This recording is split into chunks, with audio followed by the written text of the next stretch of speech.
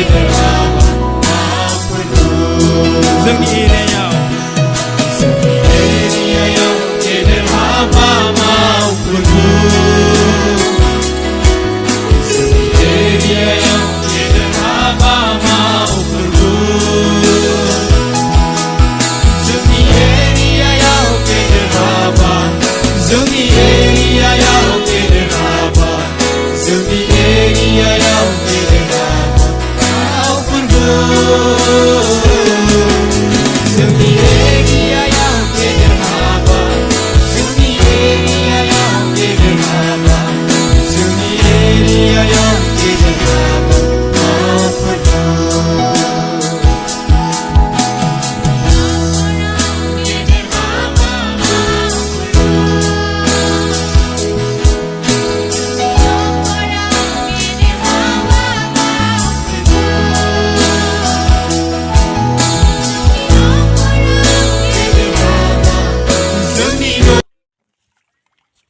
तेरह तारिख मेनि दिनैनि फुंगोलै बे 11था मुगायावहाय मानि थाखाय ज' जाफैदों बेखौहाय एसे फोरमायनानै होनो हागोन नामा?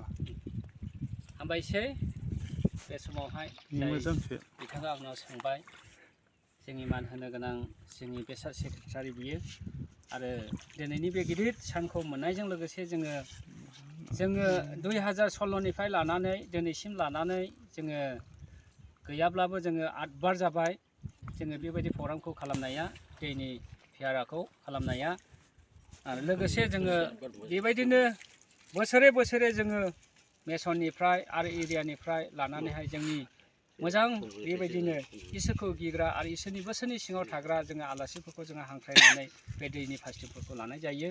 बे गिदिर इसोरनि सोमोनांथाव मावनाय बेबायदि जोङो थांनाय बोसोरावबो बेबायदिनो बे जायगाफोरखौ एखेयाखौनो जोङो नुदोंमोन दिनैसिमबो जोङो बे जायगाफोरखौ जोङो एखेयाखौनो नुगासिनो दङ। बे गासैबो इसोरनि मावनाया सोमोनांथाव आरो बेखायनो आङो आफा इसोरखौ हामबाय होनदों आरो लोगोसे जोंनि मण्डलिनि सुमलिगुरि मण्डलिनि जेसेबांनाखि ख्रिस्ट' सिबियारि बिदा फंबाय बिमा बिफा साफ्रोमखौबो आं आफा इसोरनि मुङै हामबाय होनदों आरो लोगोसे सफैनो हानाय जोंनि मान होनो गोनां जोंनि आलासि बियो NLCनि बियो पिआर सेन्टाराव खैला मैलाव थायो बिथाङा बेबायदिनो इसोरनि हाबा मावो आरो इसोरनि बेबायदि जेरावखिया लिंहरा मानो बियो आलासि हिसाबै जेरावबो थांनानैहाय बिदि इसोरनि हाबाखौहाय खामानिफोरखौ मावो। आङो बिथांखौबो आङो आफा इसोरनि मुङै बिथांखौबो आङो हामबाय होनदों आरो जोंजों लोगो लाफैनायनि थाखाय गोबांथार सान्दुं गोबां बेबायदिनो खस्थ' जोंनि लागैनो बिथाङाबो खस्थ' लानांबाय जोङो होफिननो जेबो गैया आफा इसोरा जोबनो गैयै बोर आशीर्बादखौ बिथांनो माबायदि मोनदों बेखौहाय एसे फोरमायनानै होदो।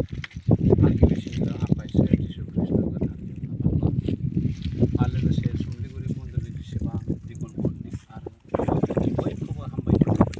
आं 2022आवबो बे नोंथांमोननि बे दैनि प्रग्रामाव आं लोगो मोनदों आरो दिनै बे 2023 मेनि जिथुनाखि 13 तारिख आं नुदों इसोरा खोनासंदों दैया खुरखानांगौमोन लांनांगौमोन नस्थ' जानांगौमोन नाथाय खुराखै दिनैसिम मोजाङै मोजां दङ दैया फारसेजों थाङो इसोरा जोंनि बिनाय आर'जखौ खोनासङो आरो जों बेबायदिनो सासेयावहाय बिफा बिसा गोथार जिउनि मुङाव जों बेखौ आर'ज खालामनानै अन्थाइ खुबैनाय जायो थाइथाम अन्थाइ लानाय जायो जों बयबो आरो प्रभु जिसुआ खोनासंनानै दिनैसिम गाहामै सुमलिगुरिनिफ्राय लानानै जेसेबां दं हिन्दु ख्रिस्टान बयबो जेसेबां दं रायजो मोनजागासिनो दं इसोरनि आखायाव गासैबो आरो बाइबेला बुंदों नाहुमनि 1:3आवहाय सान्दुं अखा हाहोग्रा बार गासैबो इसोरनि इसा बेखायनो इसोरा जोंखौ अनबाय बे गाहामनि थाखाय नोंथांमोना जे आंखौबो लिंहरना बेफोराव बाहागो लाफादों आं बेनि थाखाय नोंथांमोननि मण्डलि आरो गासैबो जोंनि न'खराव गेदेर हाबा जोंनि न'खराव गेदेर हाबा मावफोरखौ जोंनि न'खराव गेदेर हाबा जोंनि न'खराव गेदेर हाबा जोंनि न'खराव गेदेर हाबा मावफोरखौ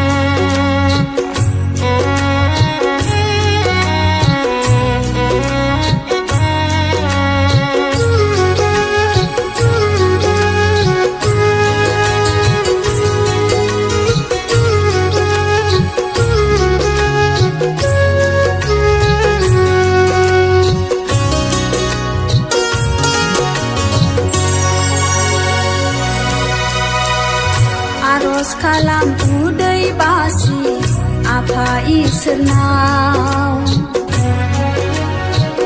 गोसो गेब्ले मोदै फसर थांनो सोरगोआव आरज खालाम उदै बासि आफा इसोरनाव गोसो गेब्ले मोदै फसर थांनो सोरगोआव गोसो गोरबो होसारनानै धोरोम मेथाइ खनै खनै जिउखौ फोजाखां लोगो समा गैलिया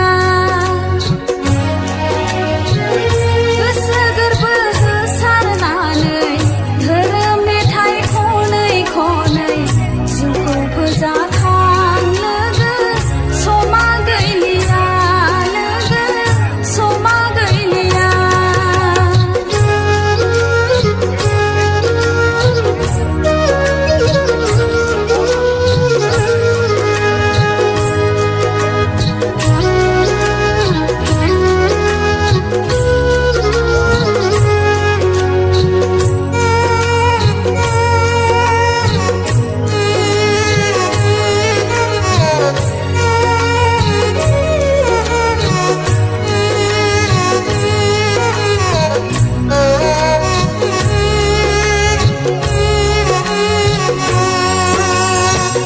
फोरबुनि थाखाय सैसो सुबुङा नेवसिब्लाबो आनजादाव दाजेन लोगो सिरि मोननानै था फोरबुनि थाखाय सैसो सुबुङा नेवसिब्लाबो आनजादाव दाजेन लोगो सिरि मोननानै था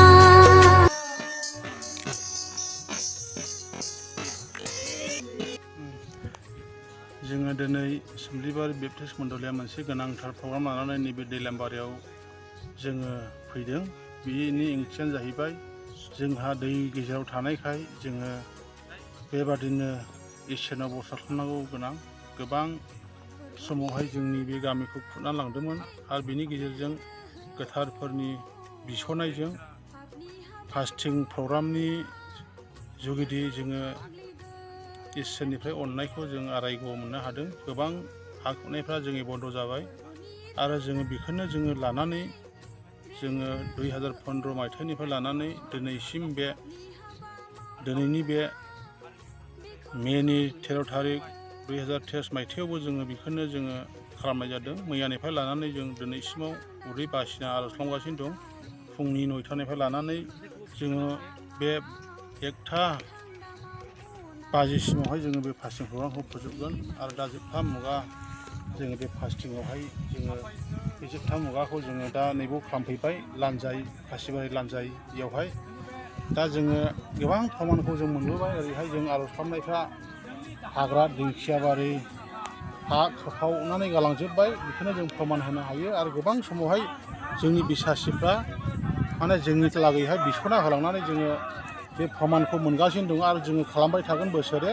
देग्लायबो जोङो बे प्रग्रामखौ जोङो खालामगासिनो दं आरो जोङो दा जोबथा आर'जखौ जोङो खालामहैबाय नैबेहाय जोबथानायाव। दा बेनिफ्रायनो जों बिदाय लानानै देग्लायनि प्रग्रामखौ जों दोनथ'सिगोन बेहायनो।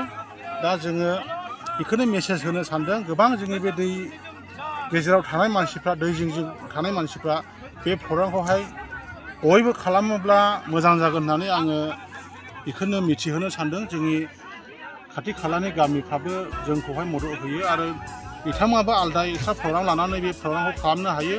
बेखौ आं दिनै बे मिडियानि गेजेरजोंहाय मेसेज होयो। जों गोबां प्रमान जाबोबाय। जोंनि गामिजों दै खुरबोनाया जोङो आर'ज खालामनायनि गेजेरजों जों गोजान खालामनो हादों आरो बेखौहाय जोङो बोसोरै खालामबाय थायो आरो जों खालामबाय थागोन। दिनैहाय बेखिनिखौनो जोङो बुंनानै दिनैनि मिडियानि गेजेरजों बेखौनो जों फोसावहरनो सानबाय आरोखि। हामबायसै।